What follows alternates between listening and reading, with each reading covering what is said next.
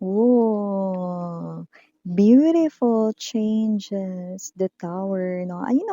I'm seeing the metamorphosis 'no, yung parang cycle 'no ng butterfly from pillar tapos hanggang sa naging colorful, beautiful butterfly 'no. So I do see 'no that itong mga pagbabago na 'to ay sobrang nakatulong. Itong mga changes na ito ay napakaganda, very positibo. Okay, so let us see anong, connection nun sa inyong reading for today. So just take only what resonates and maraming salamat Archangel Michael, Angel guides, para sa palagian ninyong presence sa reading ni Collective.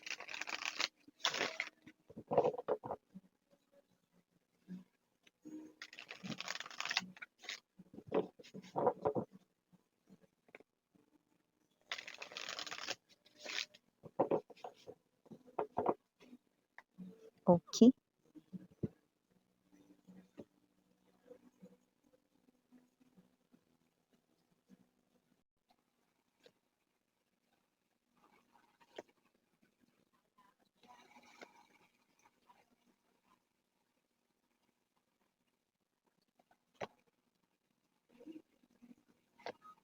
Hmm.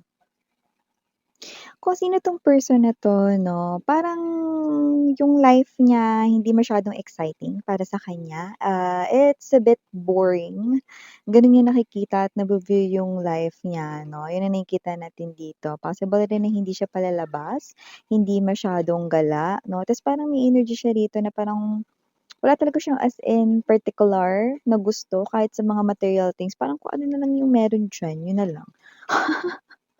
Yeah, 'no, mukhang talagang this person is seeing his or her life a bit boring. Yes, let's see more. Oh, there's a change of energy. Woo, we've got the sun. Center of the reading. I love it. Okay, the 8 of coins now here. 6 of swords. Oh, I just heard plot twist. Wow. Bottom of the deck. This person is viewing you as the 2 of coins, sweetheart. 7 of Pentacles, and the King of Wands. I love it. So, kung sino man 'tong energy na 'to 'no, maraming ganap sa life niya rito 'no, may mga parang mga dini-deal rin siya of course, hindi rin naman siya ligtas sa mga challenges, test ng life 'di ba? May mga gano'n din 'no, sa kanya ritong mga nai-experience sa kanyang buhay-buhay 'no, pero talagang yung binanggit ko kanina gano'n talaga siya rito 'no, parang kung ano na lang yung meron diyan, yun lang 'no. Parang wala talaga siya rito as in particular na pinakagusto, sige kahit ano. Anong gusto mo kainin? Sige kahit ano, kahit ano, "Ay labas ka naman, kasama yung barkada." Eh, pass muna ako, mas gusto ko munang pahinga ngayon. So, kung sino man ito, nakikita ko rito na ikaw ang kanyang paboritong plot twist kasi simula nang dumating ka sa buhay niya, nag-iba na ang kanyang mundo.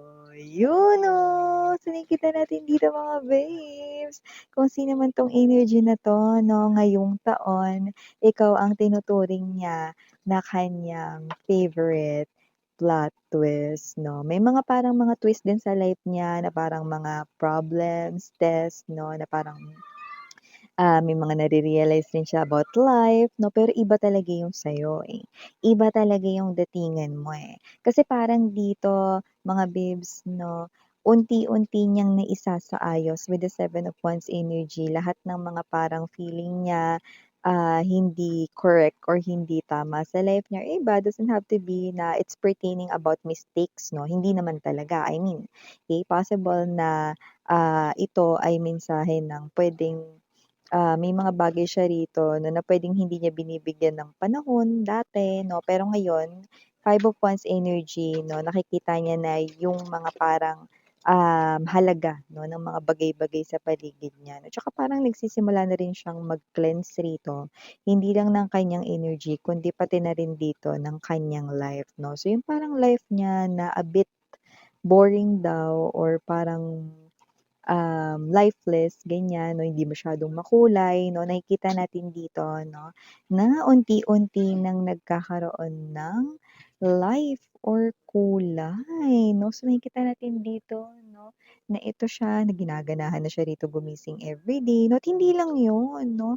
This person is also kapag nag-assess siya rito sa life niya, parang mas nakikita niya yung sarili niya na lumalabas na sa kanyang comfort zone, 4 of Swords energy, 'no, parang siya ito na nakikita niya mas lalo yung sarili niya na better version ng kanyang self, 'no, at may mga may mga traumas din siya na napapansin niyang hindi na masyadong nakakaapekto sa kanya, 'no. Kasi alam mo nung wala ka pa yung mga trauma niya keeps on hunting him or her, 'no, like a ghost. But definitely, I do see that after meeting you guys, 'no, this person heals slowly, 'no. And nakita natin yung pag-heal niya na slowly ay surely talagang gumaling siya. So nakita natin dito that with the sun, now this person sees his or her life different. Yan, no? Nagkaroon na rito ng buhay with the Page of Wands energy, no? Mas naging palangiti, masayahin na rin siya. Mas naging parang open siya, no? Hindi lamang sa mga opportunities around him or her, no? Kundi pati rin sa mga friends niya nagugulat, no? Na, oh, pre, sama ka naman sa barkada. Uy, sis, may alis tayo, gala tayo. Di ba dati puro siya pass? Pahinga muna ako pre, dito lang muna ako sa bahay, ganyan, 'no. "Ay sis, ayoko lumabas." Pero ngayon, "Oh, sige, sige, sali ako diyan." Ayan, oh. See, look at the difference, 'no. Hindi niya 'yun mapapansin, pero ang papansin ng iba, "Ay, gusto namin 'yan, yung bagong ikaw." 'Yan, oh. Well, maganda talaga yung bagong siya ngayon kasi mas confident, mas, na-e-express niya rin yung sarili niya and at the same time, 'no, mas happy siya. 'Di ba? So, bago natin pag-usapan ito more, Merry Christmas everyone! Hi and hello there, 'no? I'm Yan, welcome new subscribers. Returning Eastern buyers, thank you sa inyong walang sawang love and support para sa'kin. At kung di niyo pa knows, meron pa po tayong main channel, ang link niyan down below sa ating description box. So, if interested, just click that link para mapunta kayo dun and araw-araw nag-a-upload tayo ng collective readings for all signs there. Yung natin gender dito, so babae, lalaki, LGBT, lahat ay welcome. Okay. So, nakikita natin dito mga babes, no? Whoever this energy is, I do see that this person here, no, nakikita natin dito na unti-unti niya na rin dito, no, na naiiwanan dito yung mga baggages, no, na matagal niya ng bitbit sa kanyang past. Yung iba doesn't have to be na yun ay tungkol sa pagtataksel, no, ng kanyang mga nakarelasyon, no, pero may mga trauma rin siya sa kanyang childhood days. So, nakita rin natin dito, no, that this person here slowly nakikita ka rin bilang Hierophant energy, na nakikita ko dito na naka-tune in siya, kumbaga sa radyo 'no, nandun siya sa love radio. Naka-tune in siya sa frequency ng love radio 'no, sa transistor 'no. So, kasi nitong energy na ito nakikita natin dito, that this person is, someone here viewing you as, future wife, future spouse, future husband 'no, or wife material, husband material. So, nakikita natin dito na unti-unti ka na rin niya ritong minamahal, unti-unti na rin siyang napo-fall sa'yo. So, hindi ito yung biglaan, hindi ito yung instant na pagkakita niya sa'yo gusto ka na niya agad or gusto ka na niyang pakasalan agad 'no. Pero nakita ko dito na na-build or mabi-build ang inyong connection 'no, sa mga situations na magko-connect kayo. Paano i-miss 'yan? Ay hindi mo na 'yan kailangan alamin mahal 'no, dahil si universe na yung bahala dun kung paano kayo magko-connect.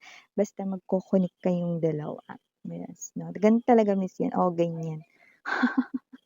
Magko-connect kayong ganyan. So, nakikita natin dito na kung sino man 'tong energy na 'to, definitely you are someone here na isa sa pinakadahilan kung bakit magbabago yung life niya, kung bakit siya mas magiging masaya, kung bakit siya mas magiging confident sa self niya, kung bakit siya rito magkakaroon rito 'no, ng parang life, na,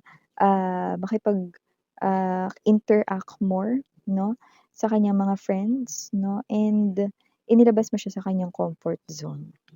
Yeah. So, nakita natin dito that this person here 'no, ngayong taon, ikaw ang tinuturing niya ditong plot twist. At nakikita natin dito na talagang imo-move or i-a-ascend niya dito ang inyong connection 'no, sa darating na 2026. Mas magiging sigurado or sigurado pa siya sa'yo, yun oh. So, nakita natin dito 'no, that this person with the Two of Pentacles energy, naa-amaze siya kung paano mo naha-handle yung multiple things all at once, you know? Para kang multitasker 'no, na kaya mong i-handle rito ang kaliwa't kanan na sitwasyon, okey? Puwede rin naman na sa trabaho 'yan 'no, parang kahit na marami kang ginagawa nakikitaan ka niya rito 'no ng, motivation and at the same time nagiging inspiration ka niya sa kaniyang work. Puwedeng katrabaho mo rin siya rito 'no, and nakikita rin natin dito na kahit hindi kayo magka-work, Seven of Pentacles to the King of Wands energy, nakikita ko rito 'no, na mas pagbubutihin niya pa rito 'no, naiangat yung sarili niya 'no, para sa inyong magandang future, yes 'no. Kasi nakikita ko pagpapamilya na yung nasa isip niya, eh, 'no. LGBTQs of course welcome din kayo 'no. Nakikita ko na ikaw na talaga yung gusto niyang makasama habang buhay 'no. I-invest ang kanya ritong hindi lang puso at damdamin kundi yung kanyang buong sarili, yeah, like his or her whole self. Eh, sa'yo. Yun nakikita natin dito. Willing siya rito 'no, na alagaan kayo, willing siya rito na suportahan kayo sa lahat, sa mga pangarap ninyo, sa mga gusto niyong gawin 'no, kahit sa mga energies na may moody na ugali 'no. See, 'di ba minsan gano'n naman talaga 'no, yung bawat tao 'no, may pagka-moody minsan 'no, or minsan may toyo 'no, na parang tayo lang nakakaintindi sa sarili natin 'no. Pero nakikita natin dito 'no, na may energy na kung sino man 'tong person na 'to, nakikita natin dito that this person here is someone na ayun 'no, makikita natin dito na siya yung energy na alam mo yun, okey, siya yung klase ng energy rito na na ano yung ano nun sa Tagalog, parang, um, wag na nga. Sumuko sa Tagalog, English na lang 'no. Parang siya yung willing 'no, to dive dito 'no and to sacrifice yung kaniyang self 'no, pagdating sa kahit na anong situation tungkol sa'yo. Kumbaga parang 'pag kunwari 'pag may sitwasyon na parang kahit hindi ka humingi ng tulong, siya na mismo yung parang isasalag niya, yun isasalag. Isasaalang-alang niya yung kaniyang self for you, okey? So, gano'ng klase ng energy. So, kung sino man 'tong energy na 'to, nakikita ko rito 'no, na ibabalik niya sa'yo. Tsaka alam mo, late niyang mare-realize na nag-iba na siya, pero yung pagbabago niya super positive na parang makikita niya sarili niya, "Ay, oo nga, tama pala yung mga friends ko. Lumalabas na ako ngayon, dati pala hindi. Ay, oo nga, tama sila, mas ngumingiti na ako ngayon kaysa hindi." So, parang siya yung huling makakaalam na ang laki na pala ng pinagbago niya pero napakaganda, napakapositibo 'no, nung pagbabago na nakikita natin dito sa tao na 'to, 'no. Wow! So, with the King of Cups energy and the King of Wands, I do see balance dito sa tao na 'to 'no, yung feelings niya for you and King of Wands energy yung kanya rito 'no, na King of Cups energy or kanya rito 'no, na parang, um pursue or pagpe-persist dito 'no, na itaguyod ang inyo ritong koneksyon ay nakikita ko rito 'no, na talagang gagawin at gagawin niya. Yun, oh, 'di ba?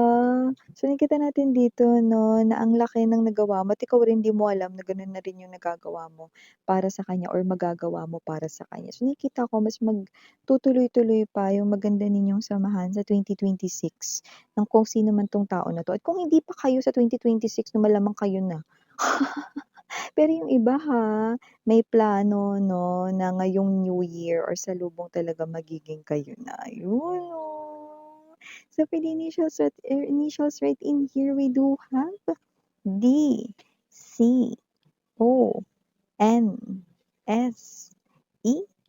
I don't know if that's letter I or that's number one. Okay, just take only what resonates. But with number one, no, new beginning iyon. So definitely this person here, nakikita niya talaga yung new beginning sa'yo. And for the rest of the letters, we've got remaining two letters. We have the J, and last but not the least, we have the letter K. Maaring JK, or yun ang mga first letters ng kanilang names. So yeah, kinem Miriana ani mga babes, sarang ngayala ben light. Annyeong.